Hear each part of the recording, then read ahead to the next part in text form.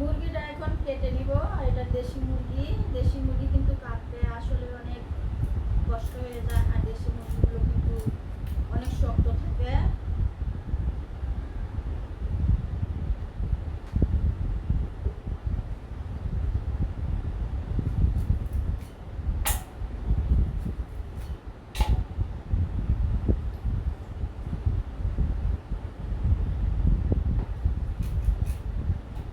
আগে দাপনাগুলো কেটে নিলাম, ঠ্যাংগুলো কেটে নিলাম।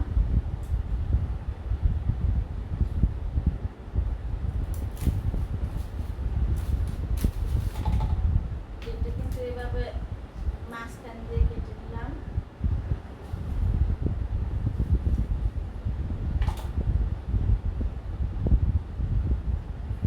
আর মুরগিটা কিন্তু ফ্রিজে ছিল, আনার পর ফ্রিজে রাখছিলাম। আস্তাই ফ্রিজে রাখার কারণে কিন্তু বরফ হয়ে গেছে, এর জন্য কিন্তু আরো শক্ত হয়ে গেছে।